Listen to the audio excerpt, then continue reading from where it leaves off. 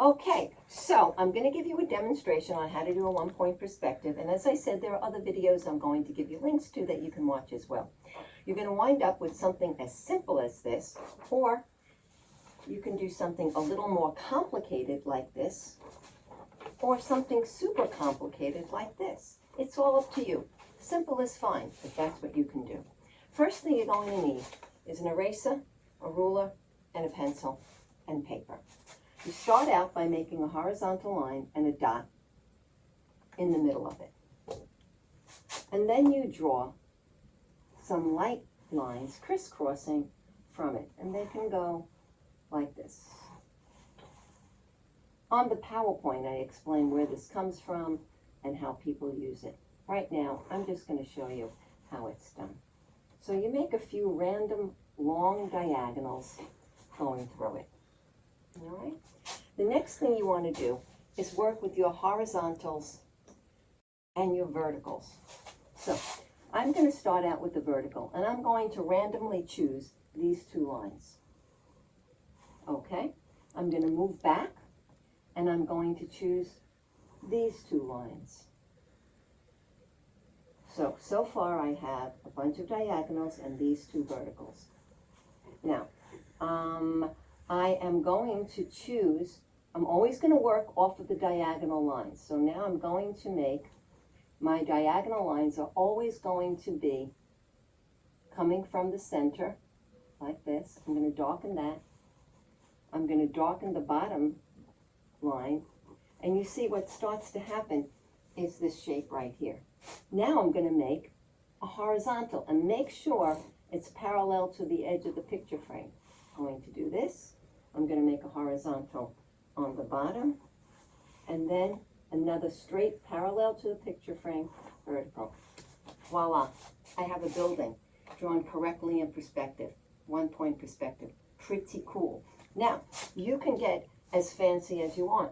Let's say I want to put a building down further from it. Well, I can. I'll draw another line, vertical, that goes from a diagonal to a diagonal. That's the second building. Let's say I want to add a third right here. Okay? Now, let's say I want to get fancy and I want this building. I'm going to create a building right here. It's a building front. And now I want it to have a little space in between the two buildings.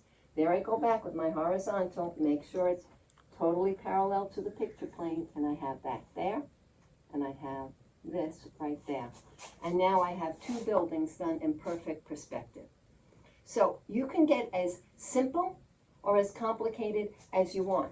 And that's where this handout comes in. I made a few here, I made a few here. You can make sidewalks. You can elaborate, and you can put in street lights. If you're doing without buildings, this is your typical railroad track, you'll see that. You can put in the railroad tide poles. And of course, you can go on the other side and you do the same thing. Randomly choose where you want your vertical to go. Say right there and right there. And let's say I'm going to go over this diagonal here, this diagonal here. Maybe I'll make a vertical next to it that's taller, and I'll make another vertical right next to that. Okay, I'm going to pull it down. And again, I'm going to go down on the diagonal, up on the diagonal, extend this vertical a bit, and I have another piece of the building. If I want to show the side, I make a horizontal, I make a horizontal, and a vertical. Okay. There you go. They don't have to be even. You can make some higher and lower on either side. And I can even, if I want, make a sidewalk coming around here. Eventually, when you have the drawing down that you want down, you're going to wind up erasing the lines you don't need. So, I don't need this line, or this line, or this line, or this line, or even the middle lines. And what I will wind up having is a beautiful drawing looking down the street in one-point perspective.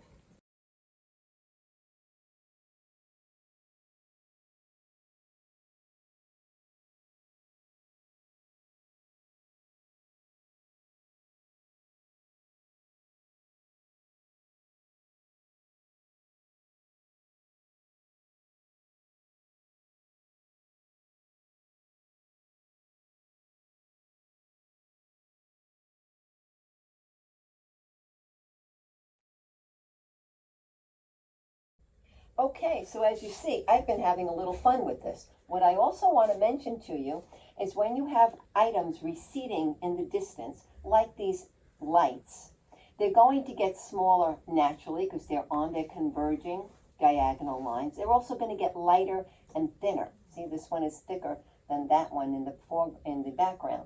Also, the center lines on a street, the cut-ups of them will be longer as you get closer to the edge of the picture plane, indicating distance. The same with this way that the street is cut up. It's wider here, thinner here, shorter here, shorter here, because things are converging. Anything on this picture plane parallel to you, you could make look normal. Here's a regular planter and a tree. Here's a lovely young lady waiting, leaning against the side of a building. So I put in some garbage cans, a little creature. I'm putting in a planter right now as we speak. Let's say I want to put some plants in there. Again, anything on the diagonal needs a line. So I'll put my plants like this up and through here. I can make them drip down, and I have a nice little planter on this very lovely little street. All right? So again, have as much fun as you want. Again, this building is facing me, so it's drawn without any kind of convergence at all. It's nice and straight. So go ahead, have fun with it, copy whatever you need to copy, but see if you can get the hang of it. And again, email me if you have any problems.